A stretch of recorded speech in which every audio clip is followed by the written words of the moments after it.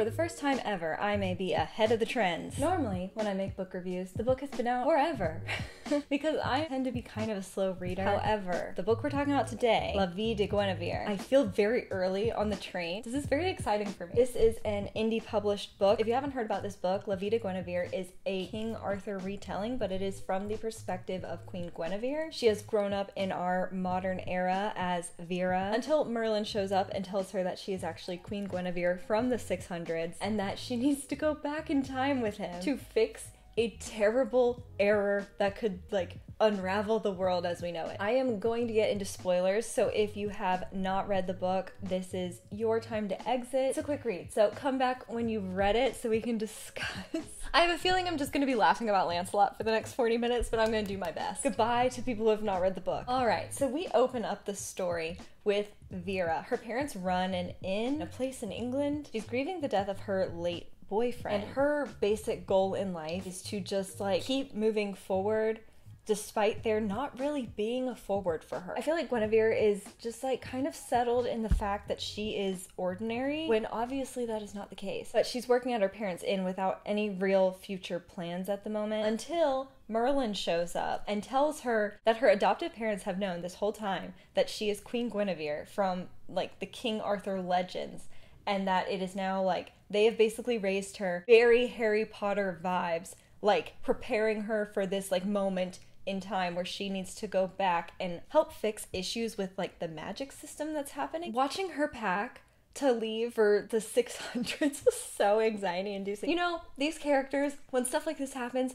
they're real lucky that they have 20/20 vision naturally. One of the things Vera loves so much is running. Wish I could relate, can't. And she packs her running shoes and sports bras and normal underwear, and she's I know that this is going to cause a stir, but I literally cannot not have this. But me personally thinking through my packing list, I'm okay, am I bringing my glasses, which I don't think have been invented yet, or am I bringing my contacts with its many accessories and as much contact solution as I can possibly bring with me? We're on our way to this natural springs area where we're going to perform this spell to go back in time. But we're talking to Merlin, and I really liked Merlin at this point. I never truly hated him, but I liked him more at the beginning of the story. And she can tell that Merlin doesn't like Lancelot. And Guinevere's I'm sensing some tension here. But Merlin does say that the whole Lancelot thing is a myth, because in almost every King Arthur retelling, Guinevere and Lancelot have an affair. And she's what on earth am I walking into here?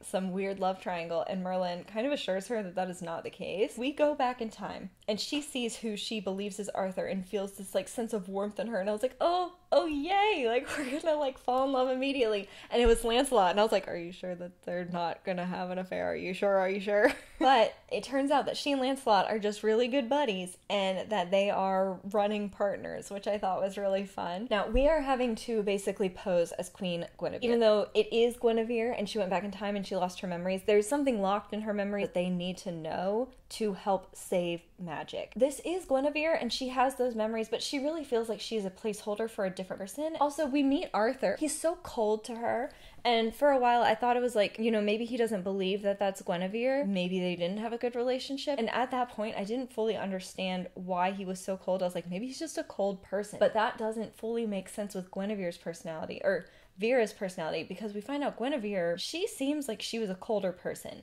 when she was her original lifetime, because she had essentially been killed. Merlin reset her life and hid her in the future. It seems like original Guinevere, I don't know if stern is the correct word, but just more of a serious personality. And I was okay, what if original Guinevere and King Arthur were great, because they were both these very stoic people, and now we have this more fun-loving, sweet Vera. I'm gonna be honest, I was so concerned so much of the time that she was gonna have an affair with Lancelot. The problem is that because Vera and Lancelot are such good friends, there's a lot of rumors circulating that the reason Guinevere disappeared for a year, which, for her, she was growing up, but in this time it only was a year, and they think she was gone for a year to have Lancelot's baby and then reappear onto the scene. The official cover story was that she was recovering from this final battle they had at a monastery. And since Vera doesn't know a ton about her life beforehand, they basically play everything off as memory loss But the people who are seeing their queen come back, they're like not super fond of her and they don't respect her. And there's, there has to be a certain line drawn at some point, and that line is drawn by Arthur. Because overall, like, despite the like coldness that we're feeling from Arthur, it's very clear that he respects Guinevere. And so when this guy comes up and he's saying that Vera was like rude to him and had snapped at him, Arthur like demands an apology. Vera had told him, in maybe not the nicest way, that he had horse poop on his face. And Arthur tells this guy, he's like, you need to apologize to the queen. She doesn't need to apologize to you, basically. Even though Vera did apologize in my favorite way possible, I never should have told you that you had horse manure on your face. And when she does that, when she does this sort of petty apology thing, we see Arthur smile and we finally see him starting to crack a little bit. But this sort of disrespect of Vera is sort of growing over time amongst the people and kind of comes to a head at this moment where Vera is asked to bless a baby.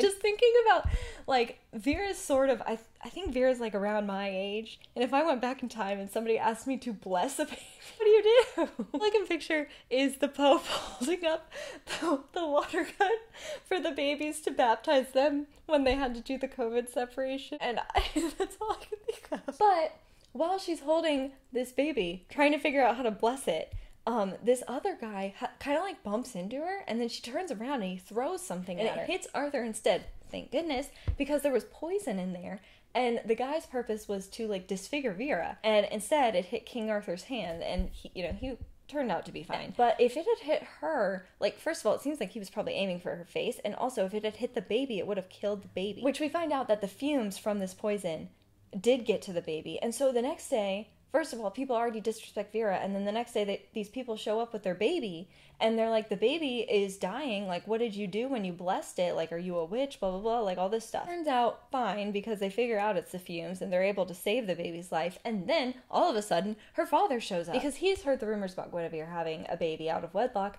and he is apparently a horrible person. And at the beginning of the book, since we know that Vera is adopted, like, there is the question of, like, where are her birth parents? Who are her birth parents? Obviously, she couldn't find them because they had died, like, 1400 years ago in her time. And so now, the first time she meets her father, he hits her in the face because apparently he was very abusive, and Arthur has to fill her in on that because he actually knew Guinevere, like, original Guinevere. And he was like, yeah, her childhood was not a happy one. She kind of, like, runs away momentarily. Arthur's like, I'm gonna handle this, and he hits her dad, and that was very, like, when he shows up, because he's like, so calm and collected, and so when he shows up with like bruises across his knuckles, and Vera's like, oh crap, and they finally get to talking. It took so long for these two to just like talk to one another. But whereas she thought that Arthur was being cold because he hated her for taking Guinevere's place, he actually felt guilty. And it turns out, like, Guinevere came up with the way that they won the war previously, but apparently it resulted in, like, a lot of life loss, and it was the correct decision, but that doesn't mean that it was easy for people to stomach. He says that he feels guilty because, like, it was his war, but she sort of took the blame for a lot of it, and that's another reason that the people, like, kind of don't fully trust her. And he apologizes for being cold and says that he wants to be her friend, and it's at this moment that Guinevere finally has a breakdown, because, like, honestly, I would have had a breakdown every single day. And so when she finally breaks down, it is not like just a trivial breakdown. It's like she has finally reached this breaking point. This whole time, Vera thinks that Arthur flirting with her, because now they've gotten to this point of friendship and they're kind of starting to flirt a little bit, and she thinks that the reason he's doing that is for show for the people, to restore people's faith in almost the kingdom, but especially in King Arthur, and the partnership between King Arthur and Queen Guinevere is that they need to be a couple, and people already think that Guinevere had Lancelot's baby. On top of that, they never talk or appear to be really together, so they're having this like flirtation that she thinks is for show for the people. And I was like, it's giving Hunger Games. Girl, he already has married you. He married you for a reason, the kingdom and stuff, but also for love. And I was like, if anybody's faking, it's you. You're trying to keep reminding yourself that it's not real, and it is. We go into a sensory deprivation tank, 600s version, and they're trying to get Vera to remember her past memories. And she has this dream that is horrifying. She is like screaming. It's because Merlin is sort of like trying to go through these memories and get her to remember things. It seems like Vera's mind is blocked, and Arthur gets pissed that they have done this, obviously. And this is kind of the first time where we see that Merlin is sort of willing to push too hard for this. And we get that note from the beginning where everyone's like, oh, well, Merlin is loyal to the kingdom to a fault, to the extent that he would hurt Vera. In my notes, I have in rapid succession, one bed trope at solstice celebration, Lego. Then in all caps, what do you mean the bed was large enough that they didn't even brush fingertips? That line killed me. I was like, you did this to torture.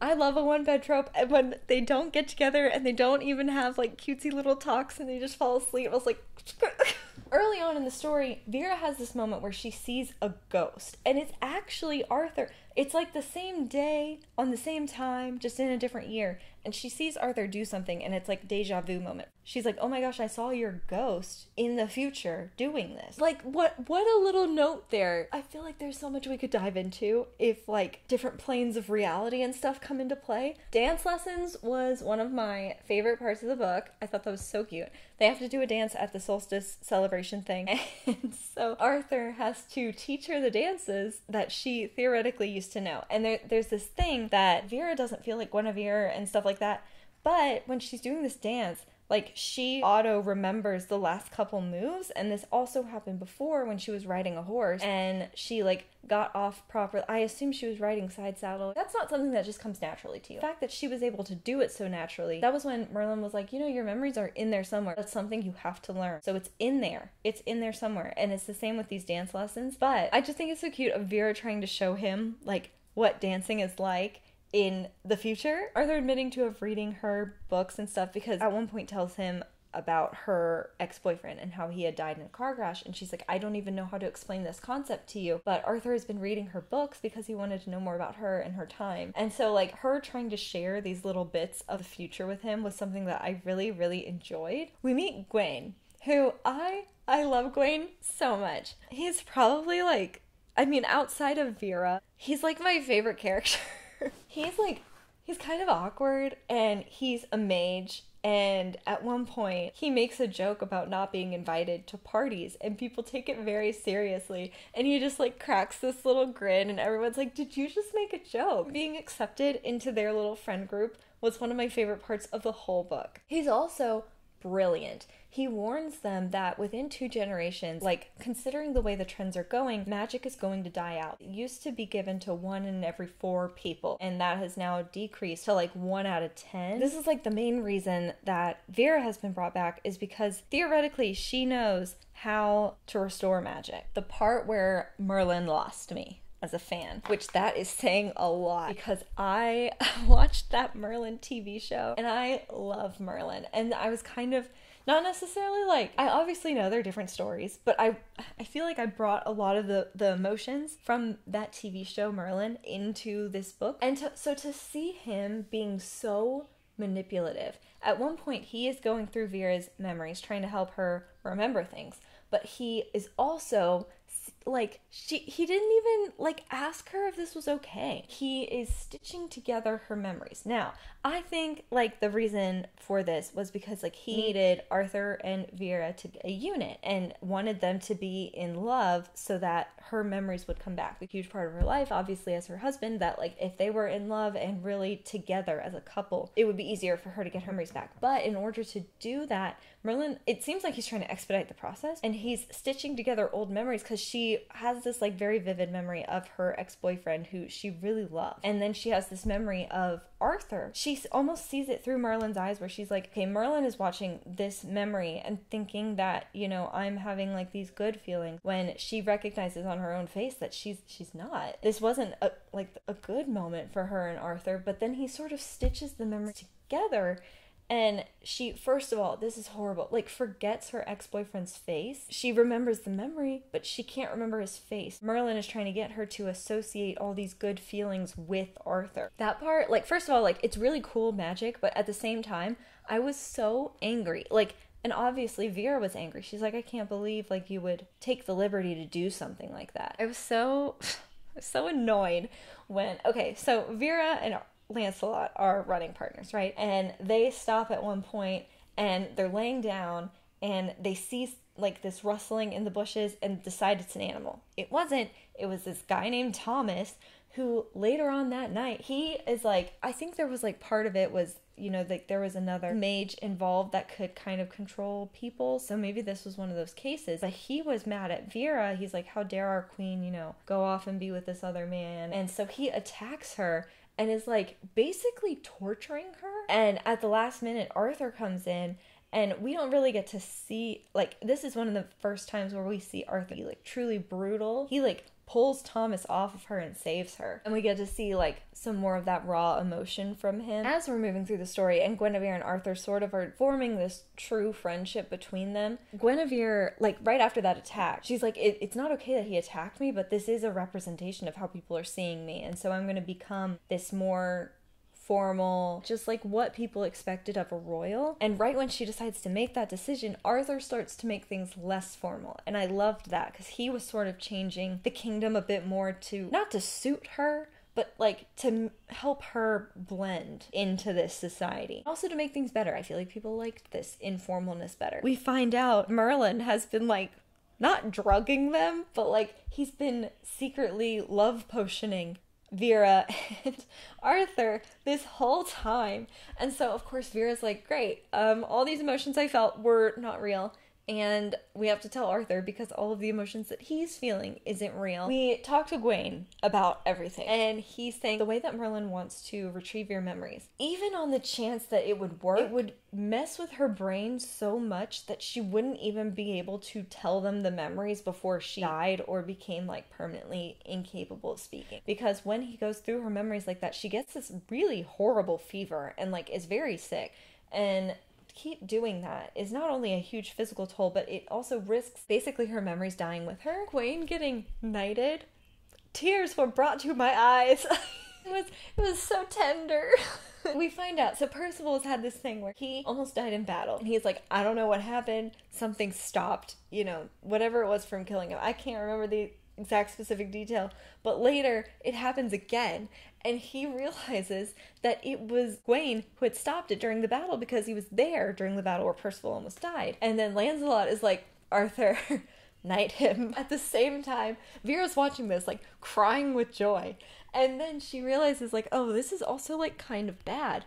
Because anytime she finds an inconsistency in the stories of King Arthur that she knows, it's a comfort when she finds, like, discrepancies. Because if all the parts of the story are true, it means that Arthur is going to die by the hand of Mordred, who we have not met. But basically, like, she has this foreknowledge that Arthur's going to get killed by this mage, and the more she gets confirmation of the stories that she knows being true, the more it feels like a confirmation that Arthur's going to be dying. The one thing that she keeps coming back to, though, is that, like, her and Lancelot didn't have an affair. Now, it probably looks like they did, because they spend so much time together, and so she's like, okay, maybe that's where it's coming from. It's not real. She's talking to Lancelot. She's like, oh, at least I know we're not in love.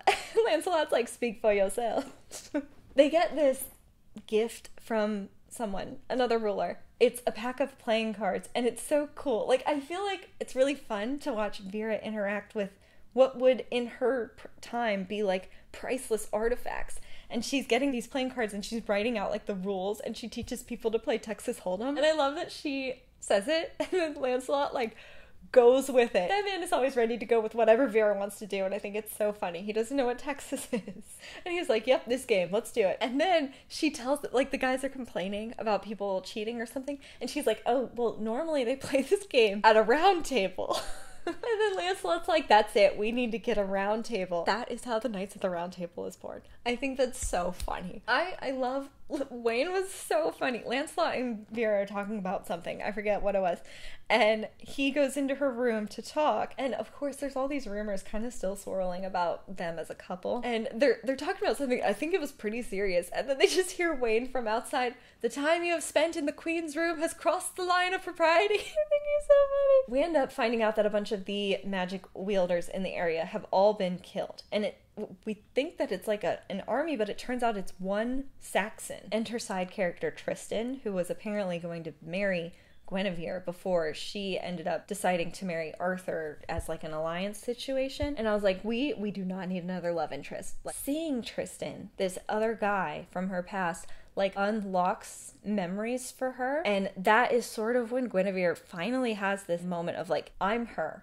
there's absolutely no way I would have remembered this. It's not even from any like Arthurian legend. Like the only way she would know these things is if she was truly Guinevere. And so she knows, like at this point, I have to stop putting this off. Like we have to get my memories out, basically. Even though at this point she's kind of having this wrestling within herself of if she could get the memories out in time, she would be able to go back to her normal future timeline. But if she didn't, she might end up stuck in the past. And now she wants to go back, and she never says that she doesn't want to go back, but at the same time she doesn't want to leave these people that she's come to love. Find out Lancelot was the one who killed her last time. She'd done something and sort of like had gone crazy. My understanding. I was audiobooking this, so I feel like a couple details got past me for a little bit, but it sounds like she went crazy and then Lancelot killed her because that was kind of the last option. And turns out like they weren't even that close of friends in her past life. I think part of it is like Lancelot feels guilty and he wants to be there for her, but at the same time like Vera is a different person from her version of Guinevere, and so like that also has made it easier for them to build that friendship. We find out that the mages have been hoarding powers, so you can kind of collect them by like killing them, or for Gawain, apparently sometimes just like getting people with magic to look into the whites of his eyes is enough. Magic seems to have its own sort of consciousness in this world, and so since the mages are collecting and hoarding it, magic is hiding in people. That's why we have this little stable boy who like ends up having power and he didn't even realize it, and Gawain feels very like guilty about the amount of powers that he has. Lancelot kind of like prods him in a joke or something like that. He's like, why do you think I have hundreds of powers? Because he's killed hundreds of people. But Gawain had made this like genius invention to figure out if them giving up some of their powers would restore this balance and redistribution of magic. And so Gawain and a couple others kind of give up some of their powers, and overnight, as more babies are born, they are receiving that magic, and we're able to tell that from this like test tube situation. And so it seems like that has fixed the problem, and Vera no longer necessarily needs those past memories. And we sort of have this theme coming up of like Vera is not just a vessel for these memories, like she as a person has something to offer this kingdom. And that was kind of like a nice shift to see. Though I feel like even though by the end of the book we didn't really have Guinevere's memories, I feel like there's more we could do there. That's why I feel like there's like room for another book. Like there's so much more we could talk about. I love the ending. Guinevere is like, she's still like having doubts about her and Arthur. And Tristan shows up and is like, hey, can I see you later? Because he is still trying to date this woman even though she's married. And finally, Arthur like has his love declaration for Guinevere. Not just like Guinevere, but Vera. And it's wonderful and lovely. And then Tristan shows up and Arthur's like, I have a secret mission for you. You have to go back to Camelot or I'm gonna murder you for wanting to be with my wife. At that point, Arthur and Guinevere finally get together, and then the book ends. I was waiting this whole time for Guinevere's parents to show up and be like, we figured out time travel, we're here. I wish that would have happened. Obviously, that would have made no sense with the magic system, but it would have been really nice. And we didn't get to the point of that springtime where Guinevere has to actually make that decision of, do I stay here with Arthur or do I go back to my present time? And so she wasn't really having to face that decision yet at the end of the book. I feel like internally she already knows that her choice is going to be to stay, because that is her original time and she has all these people in her life now, and in my opinion, knowing her parents' characters, they would have also chosen for her to stay. I want to stay in this world more. Sometimes with books I will set the audiobook so quick because I want the story in my brain that when I finish the book super fast, I'm like, I didn't get to spend enough time here. So I don't know. If I find out that there's going to be a second book by the time I edit this, I will leave some sort of something about it in the comments. Overall, I thought this was such a solid debut. Who was your favorite character? As I said, I think it's Gawain, and like I just think Lancelot is like the funniest ever. He's like the Kenji, you know what I mean? But anyways, I think that's it for me. Please like this video if you liked it, click subscribe if you want to talk about more book stuff. My name's Caitlin, thanks for watching. Bye!